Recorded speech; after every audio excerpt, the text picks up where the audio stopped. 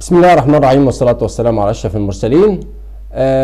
ألف مبروك لعشاق ومحبي وجماهير النادي الأهلي بالفوز على سموحة 2-0.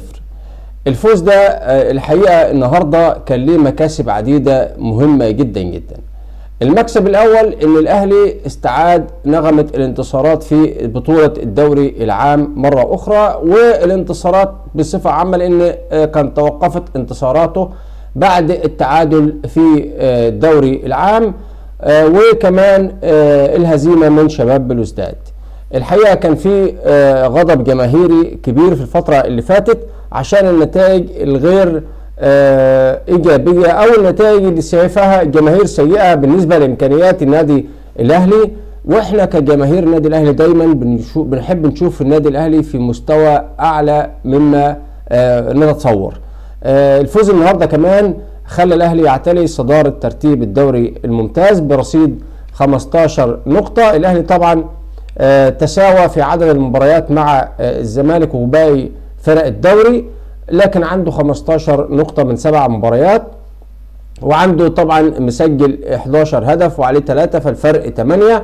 وطبعا بيتصدر بفارق نقطة عن الزمالك 14، الأهرام أو بيراميدز 14. عندنا سيراميكا كليوباترا والمصري الحصانة الأسود، الاثنين الفرقتين دول بعتبرهم من أهم فرق الدوري هذا العام، وإن كنا طبعا بنتحفظ على جماهير المصري البورسعيدي اللي اعتدنا منها الوقاحة وقلة الأدب في الفترة الأخيرة بعد طبعا التهجم على النادي الأهلي في مباراة المصري والزمالك، اللي الأهلي طبعا ما كانش طرف في الموضوع خالص. ده لحظة الاحتفاء بشهداء النادي الأهلي في الدقيقة 74 من جانب جماهير الزمالك، وبنحيي طبعا جماهير الزمالك على الموقف الرائع اللي عملوه في مباراة المصري والزمالك والرد على وقاحة جماهير المصري البورسعيدي تجاه النادي الأهلي.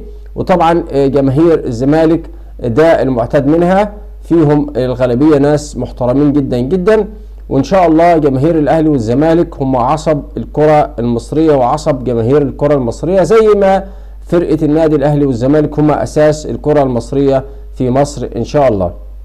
طبعا قلنا الفوز ده ليه مكاسب كبيرة، منها طبعا عودة النادي الأهلي لصدارة الدوري وعودته للانتصارات. كمان هيكون دفعة معنوية كبيرة للنادي الأهلي قبل المباراة القادمة.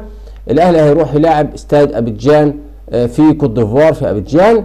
المباراة دي تعني للأهلي الكثير جدا جدا. الأهلي في المركز الثاني في مجموعته في دوري أبطال إفريقيا برصيد 7 نقاط، اللي بيتصدرها أورلاندو بايرتس برصيد 8 نقاط. الأهلي محتاج للفوز في المباراة القادمة ويكون 7 من نقاط و3، لو فاز يبقى 10 نقاط، يبقى ضمن رسميا التأهل الى بطولة الى دور الثمانية في دوري ابطال افريقيا، لان هيكون عنده في الوقت ده عنده 10 نقاط. بالنسبة لفريق شباب بلوزداد هو عنده 6 دلوقتي حاليا، فمش ممكن هيوصل ل10 نقاط في المباراتين، لانه هو عنده مباراة مع اورلاندو بايرتس في جنوب افريقيا. طبعا اورلاندو عنده 8 نقاط ولا بد من ان هو يفوز عشان طبعا يضمن صدارة المجموعة او الوصول مع النادي الاهلي. وحتى لو النتيجة بتاعت اورلاندو وشباب بلوزداد انتهت بالتعادل، طبعا ده برضه هيكون لصالح النادي الاهلي، لان شباب بلوزداد هيكون 7 واورلاندو 9، وكده كده الاهلي هيكون عنده 10 نقاط اذا استطاع ان شاء الله تحقيق الفوز. كمان الاهلي عنده اورلاندو المباراة الاخيرة في القاهرة، ودي طبعا مباراة مهمة. لو حتى الاهلي تعادل مع استاد ابيجان هيكون عنده فرصة الفوز على اورلاندو في القاهرة، وكده برضو ان شاء الله هيكون ضمن الصعود. موقف الاهلي مش سيء في مجموعة دوري ابطال افريقيا، موقف ممكن يكون نسبيا جيد، وعنده فرصتين اكتر من فرصة للصعود، منهم الفوز في المباراة القادمة والتعادل مع اورلاندو في القاهرة، او الفوز او التعادل مع استاد ابيجان والفوز على اورلاندو في القاهرة. عنده اكتر من فرصة يا جماعة. وطبعا شباب بلوزداد بيشترط عشان يصعد لازم يفوز في مباراتين على الاقل، لانه ما عندوش الا 6 نقاط، وعشان يستمر في فرصته في التأهل لازم يفوز على اورلاندو في جنوب افريقيا، وبالنسبة لي هتكون الموضوع ده صعب جامد جدا جدا.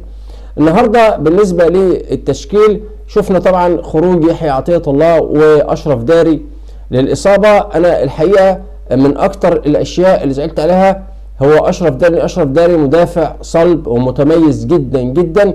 نتمنى تكون الاصابه خفيفه وما تمنعوش عن المشاركه في مباراه استاد ابيجان القادمه، لان هي مباراه مهمه جدا جدا، هتاكد صحوه النادي الاهلي، هتاكد عوده النادي الاهلي لانتصاراته، وهتضمن للاهلي في حاله الفوز بها الصعود الى دور الثمانيه في دوري ابطال افريقيا، لانه هيكون المباراه الاخيره هتكون في القاهره مع اورلاندو بيراتوس الجنوب افريقي.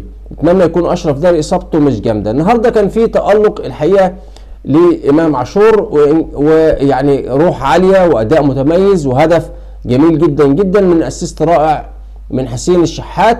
الهدف كمان اللي جابه قفشه رغم انه بالهيد يعني، بس بيثبت ان هو مش بس بيلعب بقدمه، رغم ان قفشه طبعا ضيع انفراد المفروض ان قفشه ما يضيعوش. عندي علامه استفهام كبيره جدا جدا على كوكا، احمد حسن كوكا. الحقيقه يعني مستواه متراجع، ومعرفش اصرار مارسيل كولر على ان هو يشارك في المباراه. النهارده كريم الدبيس كان متميز الى حد ما، عجبني جدا، هو اللي رفع الكرة اللي جاء منها الهدف الاول للنادي الاهلي لقفشه.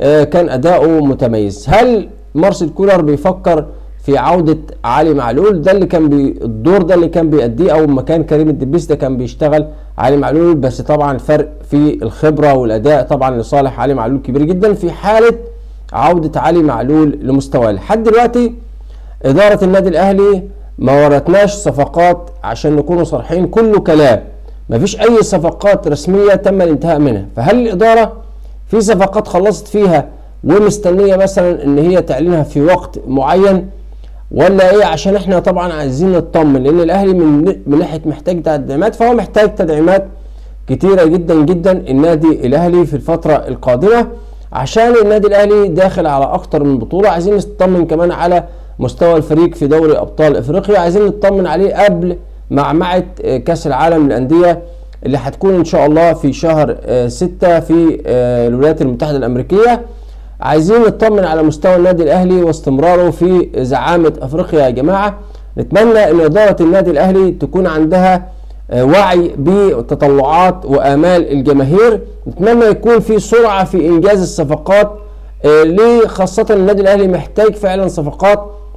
نتمنى كمان ان اداره الاهلي تسرع في التعاقدات باللعيبه اللي انتهت عقودها، زي اكرم توفيق واللعيبه اللي عقودها انتهت مع النادي الاهلي، لتثبيت الفريق والاستقرار الفريق، عشان كل لاعب ينتهي من موضوع عقده ويفكر بقى في الملعب فقط، ما تكونش فيه اي امور جانبيه ماليه اخرى بتعوق مستوى اللاعب. خاصه ان احنا شفنا اكرم توفيق مستواه متراجع في الفتره الاخيره، رغم ان هو من الاعمده الاساسيه، في ظل طبعا انشغاله بموضوع العقد، او يطلع بره الشمال القطري او يستمر مع النادي الاهلي. فلسه لحد الان مفيش اي قرار رسمي في هذا الموضوع.